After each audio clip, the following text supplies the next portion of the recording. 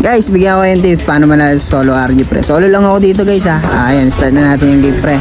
At ito yung first game natin dito guys. So, meron na epic 2 na ako dito at 2 star na ako dyan. At nag-usyo na nga ako dito guys kasi parang ito yung ano ngayon meta. At ayun, panalo nga. At nag-MVP pa ako dyan guys. Kaya ayun, nadagdagan agad ng isang star yung ating epic 2 3 star na pre.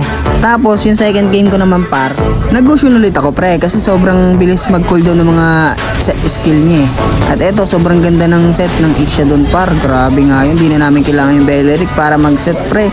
At nakalamang na nga kami doon pre. Dito may lord na kami. Kaya ito ang nangyari sa kanila par. Napatay ko pa dyan yung Miyatol. Okay, good trade yun par. Tapos dito napatay ko rin yung Lancelot. Kaya ayun, naka-double kill pa ako. Hindi lang umabot sa Maniac. At ito nga guys, panalo na naman. At dito guys, nakadalawang star ako. So epic 2, 5 star na agad pre. At ito naman yung third game ko guys. Sobrang ganda rin ang nagawa ko dito pre. Goshen ulit yung gamit ko dito guys. Ayan, sobrang taba ng Irrital dyan. Kaya yun yung inuya ko pre. Tapos ito guys, naka triple kill ako. Sayang, ilalasit ko sana kasi hindi ko na-hit. Nakuha ng Alucard. Maniac sana, wala. Kasi dito may lord ulit kami. Parang same scenario lang kanina. At ayun, napatay nga namin dito yung mga kalaban guys. Ayun, 3 na. Ubus ang kanila. Kaya nangyari dito pre, lumamang na kami ng lumamang. Tapos napatay ko ba dito yung Nolan pre. Sumugod ko siya. Okay, so panalo na naman par.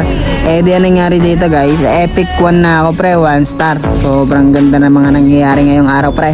At eto na guys, eto na yung final. Binigyan na ako ng mga gantong kalaban pre. Sobrang palo.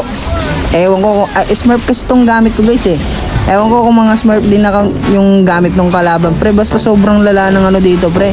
Ayun yung Tamus tsaka nung Alucard. Naubos kami doon pre, doon kami natalo. Tingnan mo guys, 9-6 man. Okay naman yung performance ko dito guys. Kaso wala, hindi talaga kinaya. Syempre dahil na rin sa mga kakampe, di ba? Sa mga Dark Continent. Kaya ayun, doon kami natalo pre. Dito nga pampalubag loob daw sabi ni Munto no.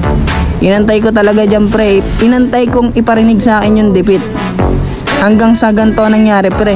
Tinap continue ko na lang. Hindi ko narinig yung defeat. Pampalubag loob ba? Nakakasama ng loob.